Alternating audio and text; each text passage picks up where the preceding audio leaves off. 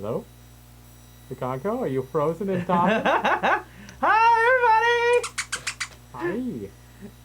It's Tsukonko the Panda and Azurean! Oh, well, hello. And our special guest, Mr. Wolf here.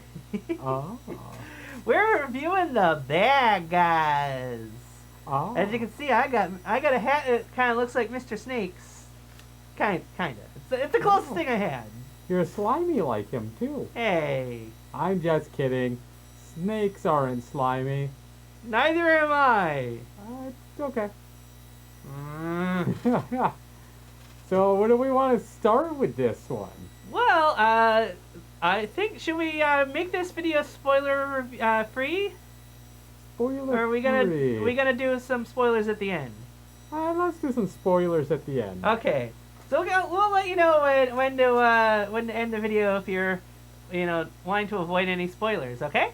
So anyway, as of this recording, this movie has reached almost $100 million in the box office, Wow. and I believe I heard that it was the #1 movie in theaters right now. So that's kind of cool. It actually beat out the Nick Cage movie that recently came out, and that weird movie. It's with the googly eyes. What's the name of it again? I have no I can never idea remember what it. you're talking about. The one with the Asian lady, and she's constantly able to, draw upon her other Oh my god, universes. the googly eyes are like in a half-second shot. What are you I'm pretty sure they feature heavily on the poster too, but okay. The movie with the googly eyes. I can't think of anything. Yeah, alright, yeah, that's that the movie. Yeah. Everything all at once, something or other. Yeah. To conquer the panda. Anyway, so it's actually doing better than both those movies, which I think was a fairly unexpected turn of events. Definitely. I don't think there was a whole lot of people expecting the bad guys to be such a runaway hit. But I believe there's even talks that there's going to be potentially a sequel or an animated series based off of this. Or could be a prequel. But yeah, The Bad Guys is a very cool movie based off a Scholastic book series. Although you wouldn't know it to look at it. The comparisons between the two are very minimal as far as the character designs go. In fact, I found out tonight that Miss Tarantula was actually Mr. Tarantula in the original books. Mm-hmm. It was an all-dude team, so they were like, "Yeah, we gotta make there be a girl, so any girls watching this will at least be able to identify with somebody on the team." At least that's my take on the reason why. I definitely think her character works fairly well. I didn't feel like it's like, oh, it just seems like a guy character given girl personality. No, she actually fit quite well with the team. In fact, I thought the whole team was really interesting. I don't think any of the characters lacked any proper screen time or development. What did you think? I feel like this Miss Spider is basically introduced and then not really touched on after that. Really? Because it's all about the shark guy and the snake and the wolf. What about Mr. Piranha? Yeah, even he has a few moments here and there. Yeah. But he doesn't really. I feel like the spider doesn't seem terribly important. Aw. Because if they're not hacking something, what is she there to do? All right, I guess. She played her part well. Indeed. I just felt that aside from her being cute, she was far less memorable. Okay, well, I definitely thought she was cute. Yeah. I mean, not as cute as you. Yeah. But definitely liked all the characters. I really did not have one character that was like, oh man, I hated that character. They could have cut that character from the movie. They sucked. No, I liked everybody, even the human characters, which is a really weird thing going in this. Other than the bad guys and like a couple other main characters, everybody else is human in this. It's a bit jarring. But even the few human characters we get to see, focus on, I should say, were still interesting. The major human in the story is Chief of Police, who I did not realize until the end credits, voiced by Alex Borstein. Yeah, I knew right off the bat. She sounded just like Lois Griffin. I did not even picture that. But yeah, the voice of Lois Griffin from Family Guy is the Miss Swan, Mad TV. Yeah, and her as well. Bar patron, Coyote Ugly. Okay. Did you look up these things? No, I've seen all these things. Okay. Well, anyway, she plays this. If you're familiar with Lupin the Third, she's pretty much the Zenigata for their Lupin the Third gang. She's constantly chasing after them. The whole opening scene is them like egging her on. So it's kind of funny what kind of relationship they have with her. They definitely know each other for a long time. So which is why I think they could do a prequel for this. That they do not start with the characters meeting up for the first time. They're an already established menace. So they definitely have room to go delve into their origin story with either a TV series or a prequel type of thing. But anyhow, I think it was a full Monty, not Coyote Ugly. Okay. But anyhow, yeah, I tend to agree. I think a sequel would work, but it seems that the movie and the plot seem generic enough that it would be easy. Well, it's aimed at a very young, mushy-brained audience. I definitely felt like the movie was targeting a full family. There's definitely stuff for both younger audiences and older audiences to enjoy. But I could definitely understand it being more towards, parents with kids seeing it rather than, anybody who wasn't a furry going to see this. Yeah, I felt like, yeah, I would say that, I don't know, I still feel like it's like Cloudy with a Chance with Meatballs. Of Meatballs. Yeah. Cloudy with a Chance of Meatballs. Yeah. That was a good movie too. It's a bit silly, but it's silly, but that one, just like that one, it's aimed at a very young audience. It's also based off a kid's book. It has like zero depth. It's everything surface, all surface. Okay, all right. Characters, it's like, I don't have. What did I expect? I wish I gave their cartoon show a bit more of a chance. I only watched a few episodes of their series. Yeah, for the bad guys, if they did a show, they could extrapolate on these characters that are basically not really development. They're all one-note characters. Yeah, I guess you could say that. Aside from, they could even add some more characters as well. Yeah, certainly. They must have run across other people or other. Well, sure, we'll go with people. Other villainous animals. Yeah, we're people. The basic setup of it is all of the cast of the bad guys are all historically, written as characters in fiction. The main character, Mr. Wolf, is the big bad wolf. He even goes so far as to show all the books that have been written about him. Versus the Three Little Pigs, versus not Goldilocks. What am I thinking? That's bears. But yeah, he references that he's been pictured as the bad wolf all his life. Whether that's necessarily him specifically or just he knows that he's got this reputation as being, the hated, wolf, is a little unclear. At least I felt it was unclear. But that's his lot in life, is that everybody hates him already, so why don't I just live up to people's expectations and be bad? And the rest of the cast is Mr. Snake, is Miss Tarantula, Mr. Piranha. I almost said Mr. Pinata. And Mr. Shark. And the other characters we have are the mayor. And the chief of police.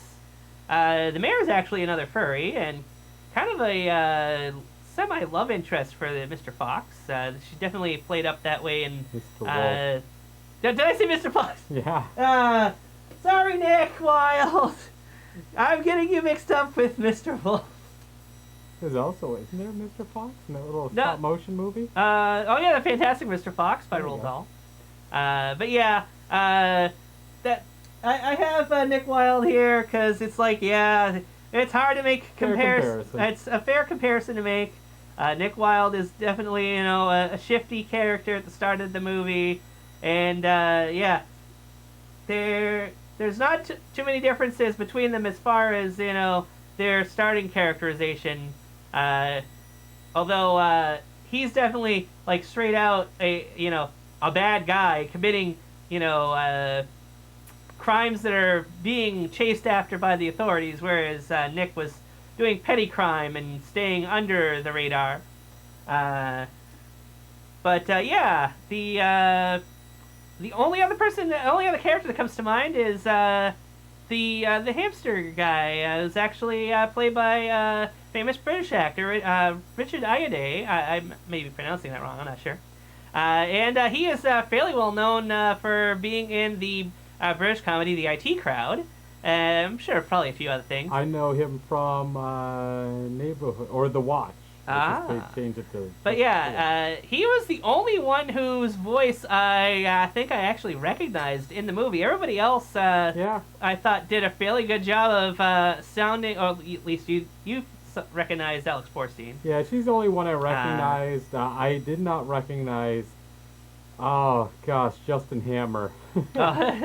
I was I was just looking his name up too. Oh my gosh, Sam Rockwell. There you go. Sam Rockwell is Mr. Wolf. And then Mark Maron. I haven't seen him. Mark Maron was Mr. Snake. I haven't. I know this is his debut voice acting role. Yes, that was what we just found out. That was pretty amazing.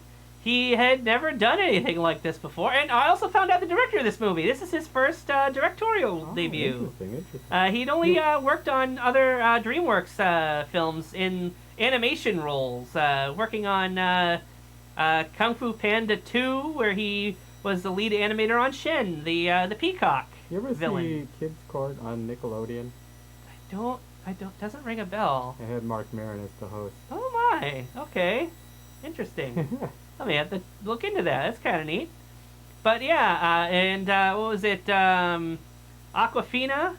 Yeah. Right? Yeah, from the internet and the Shang-Chi. Yes.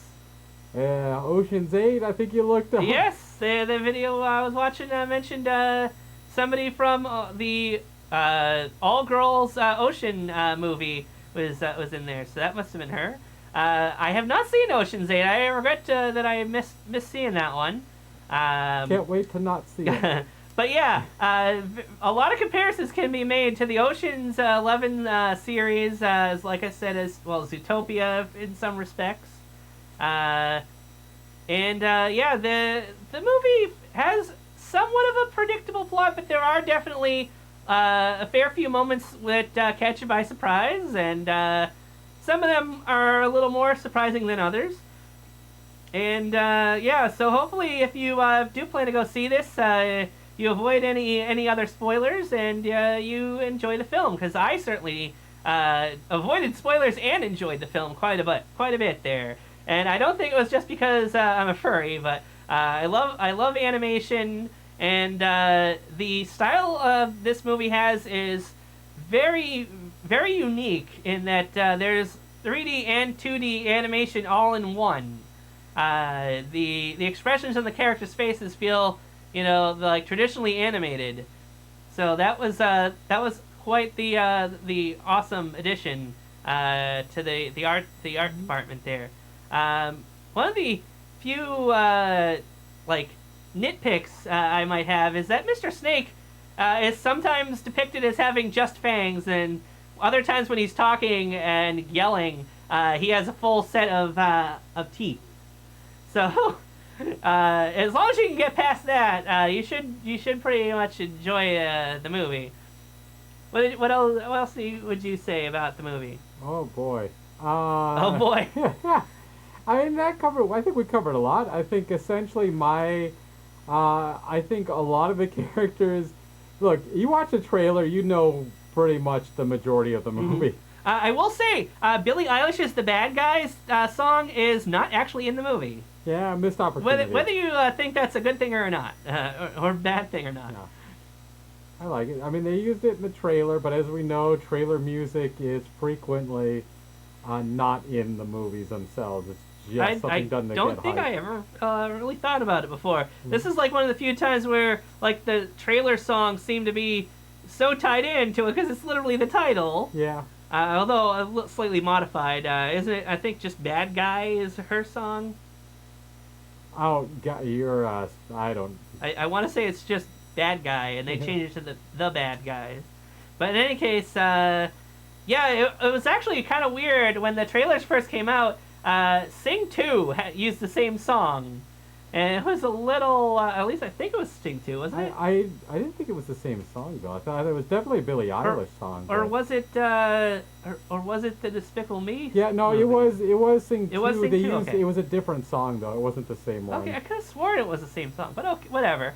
In any case, Sing 2 was definitely a phenomenal movie. I definitely would rank that one higher than this movie, but, you know, they were two totally different like kinds of movies. That one being, you know, like a big musical story with, you know, a lot grander, you know, elements. I thought it was pretty much along the same lines. Oh no! I also Sing 2. The characters are, most of them are one-dimensional or two-dimensional rather.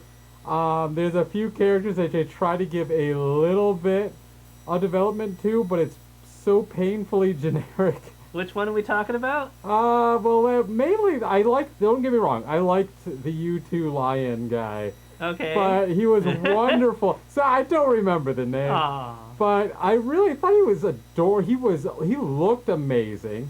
Very handsome. He looked just like somebody we know. Yes, in more ways than one.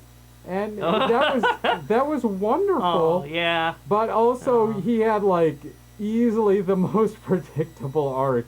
It was like, I don't want to sing anymore. So you know that the movie's going to end with him singing at the concert. I mean, it's there. You can see it coming. Yeah, agreed. From the trailer.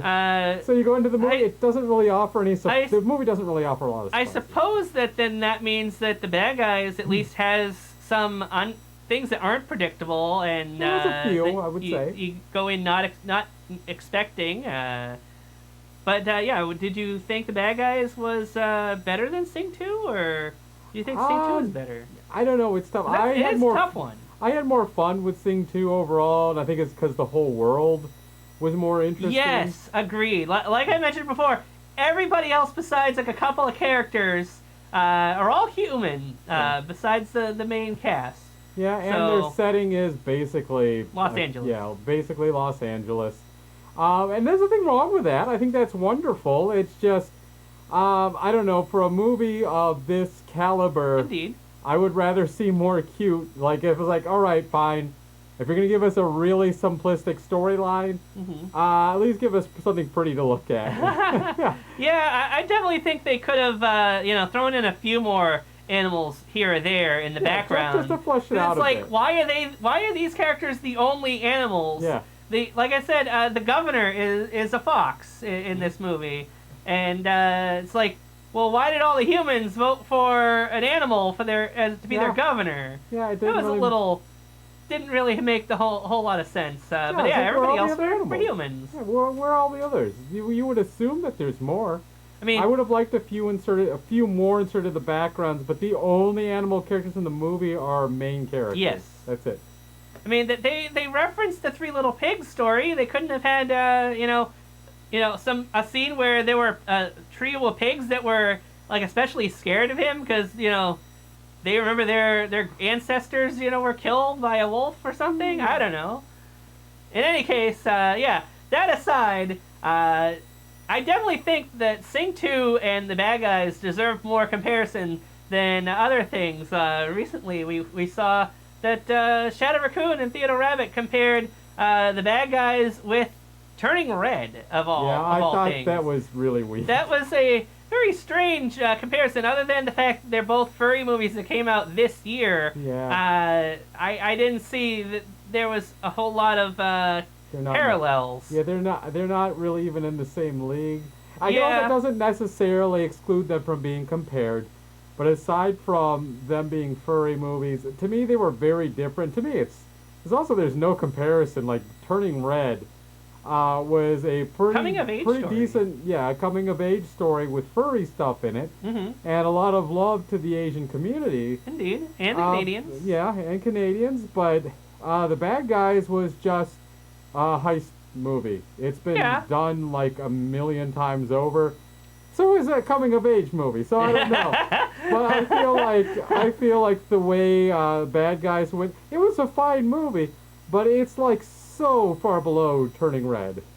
Okay. But I like both. Yeah, I like both. I can't say anything's better than Turning Red. Hey. Yeah. But yeah, definitely feel like that's comparing what a pie baked by your mother by a cake made by a 4-star chef or something. Yeah. It's like you can't say your mom's pie was crappy, and you can't say the cake from the 4-star chef is worse than your mom's pie, or better than your. You get what I'm saying? It's hard to compare those two kind of things. I would compare it like my thing was, Bad Guys is like a squished McDonald's cheeseburger. Oh jeez. And we can go. I'll change a little bit. The Turning Red is like a homemade burger. Okay. That's beautifully presented. Like they're both delicious. I don't eat either. I don't eat meat. But there was a time I did, and they were both delicious. Okay. They were both amazing, and they both have their place.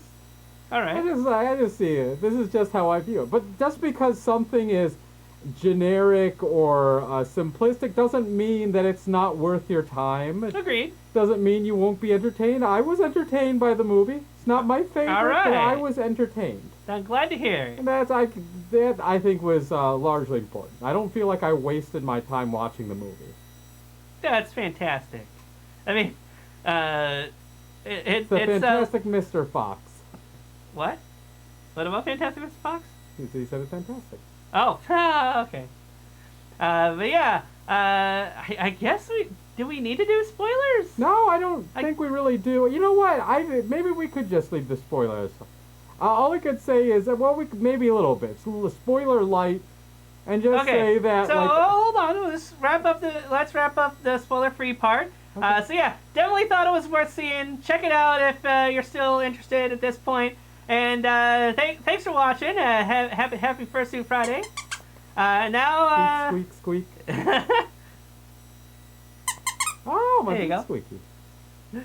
So yeah, we're gonna do a few spoilers now, and then we're gonna wrap up the video. So thanks for watching.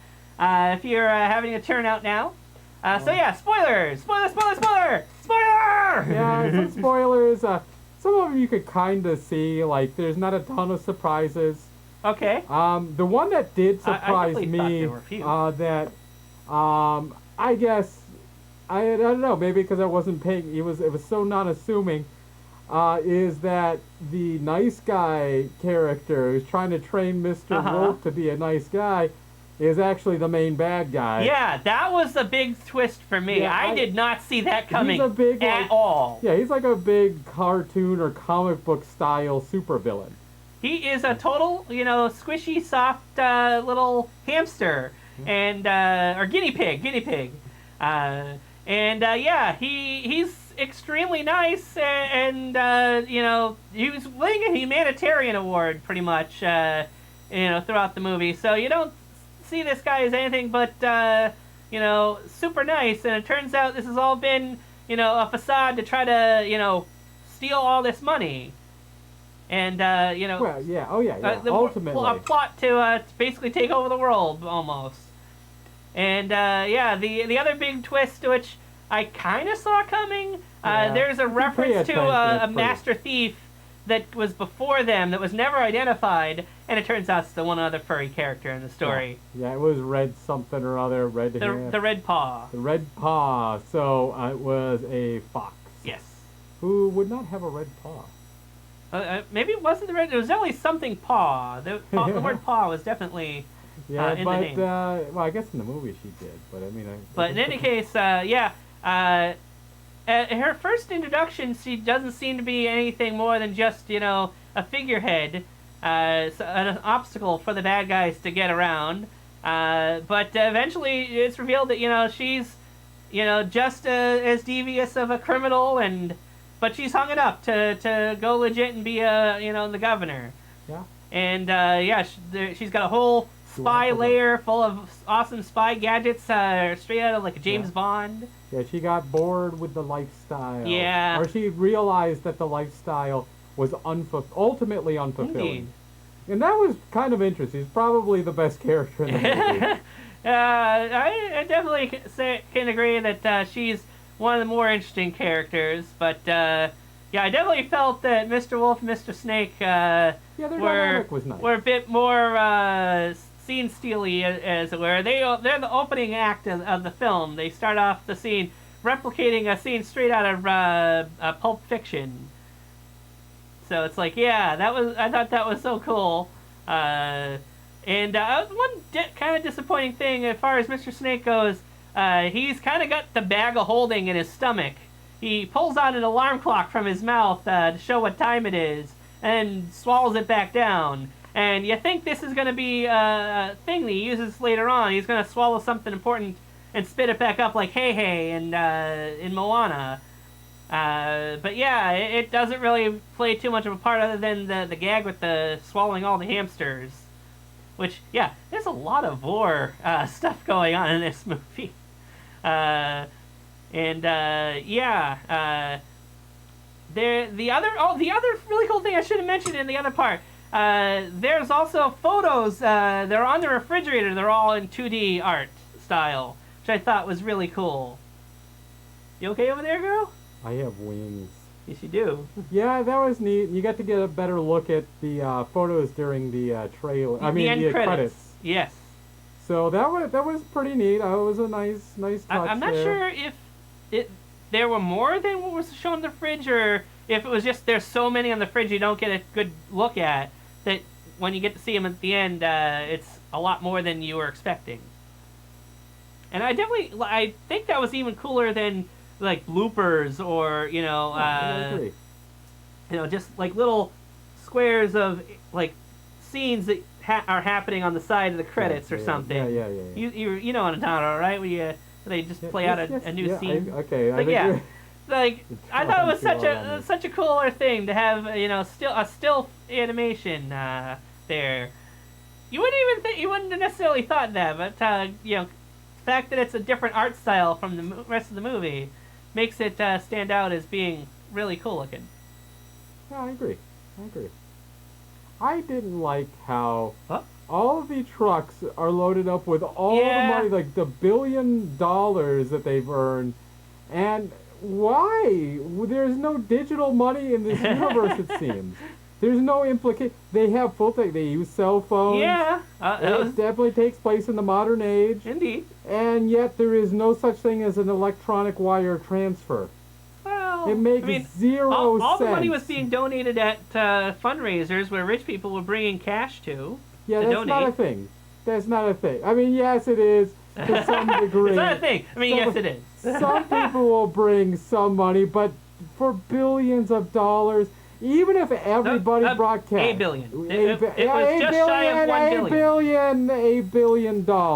Jesus Christ. But even if they did do all that and paid it all in cash, they would deposit the money and wire transfer it. Yeah, I guess. That's what bugs the heck out of me, because that just I will made give you that they should have stuff. had a news crew at every location filming this. If that they were going to be bringing physical cash to these charities that they're donating the money to. Hey, can you imagine somebody just walk in there with a gun? They'd be like, "Give me all your billion." And that's it. Give me all your billion. It's like it just. I mean, that's exactly what they were doing in the bank in the start of the movie. Yeah, it was just so absurd to me that why is this all in cash? Kids aren't gonna think of wire transfers. And that's the thing that brings me back to it being aimed at a very young audience. The movie is made fun enough that if you're a parent and you have no choice, you can enjoy the movie. Exactly. But if you're a full-grown adult, I found it, again, to be entertaining, but also not very satisfying? I don't know if that's the right word. Yeah, it's not very fulfilling. Like, Hey. it was fine. It was like eating a light snack. Yeah, you got to eat a snack, but also you need more. Okay. That's how I feel. Look, you like the movie, you like the movie. I think it was fine. I think if you got the money and the time, go see it. Indeed. And I definitely enjoyed my time seeing it. I've been looking at all kinds of fan art from this movie for so long, and movie finally came out. I was like, yeah, I finally get to see this! And I was not disappointed. I thought the movie was great. And I actually got a compliment on my shirt. I wore this to see the movie, and wore my red panda mask. I wore this. And this my feathers. and my I didn't wear this hat, but I was wearing my Furry mystery box hat that I got with the Fallout character as a raccoon. And somebody complimented me on it. Said, "I love your overall look." And I was like, "Oh my goodness, thank you so much." Why'd you date him? He was already there with a date, and I was sitting there with you. What are you talking about? But yeah, I think I don't know if it was just because I complimented him on his tattoo. He had an awesome like web of fandoms that he enjoyed, and they were there to see Sonic 2. His girlfriend was wearing a Sonic shirt, so I was like, "Hey," and he said, "Oh my God, your whole outfit is awesome." I wish my pants and shoes were better looking, but he didn't seem to mind those. But anyhow, I guess there's not much else I can think of to say. How about you? No, I think that pretty much sums it up. Like, you see the trailers, there's a couple of, that'll give you most of the movie, but there's a couple of twists that keep the movie interesting. Yeah. Oh yeah, and the one last thing, all the gags at Mr. Snake being a being without arms and getting around and doing things that characters with arms would do was really funny. Him using his tail to grab things or to gesture, and having a costume with floppy fake arms, which was pretty funny. Yeah, he did. Like I said, he'd point or give a thumbs up. Yeah, and then of course the gag of him shedding his skin to change out of his disguise, like James Bond slipping out of the wetsuit and into his tuxedo in one swift move. Yeah, that was cute, but also he must have molted, put on a suit, then put his dead skin back on with another costume, because that's the only way that makes sense. Yeah, it's a bit cartoony, but it was funny. I gotta admit, I thought that was kind of clever. And lastly, the Tarantula, Miss Tarantula, using the full amount of her limbs to make a giant keyboard and be able to type on multiple sets of keys all at once, I thought was such a clever idea. Yeah. She also tied somebody up with her webbing at one point, which definitely underused. I think that might have been intentional because they didn't want to draw too many comparisons to Spider-Man. Especially with Into the Spider-Verse's sequel supposedly coming out later this year, which has now been pushed till next year. Yeah, I can wait. I know, but I was so looking forward to that. Now I gotta wait another year. There's enough things to keep us busy. And then the sequel to that's going the year after. Yeah. Okay. So yeah. In any case, I don't know, next movie would probably be Doctor Strange in the Multiverse of Madness, I'm guessing. Yay! So yeah, look forward to that. Also, May the 4th is coming up, my YouTube anniversary. We'll probably try to do something special for that if we can. Definitely be on our Twitch channels. I finally have gotten back to streaming on Twitch. I got my emotes approved, and my bits are now established. So yeah, if you watch Twitch, I now am streaming on twitch.tv/SkunkofTheFanda. So yeah, come on by whenever I'm streaming. I was streaming last Friday the new Super Lucky's Tale, which was a whole lot of fun. I'm not sure if I'll be doing another one of those straight away, or if I'm gonna try to keep things switched up there.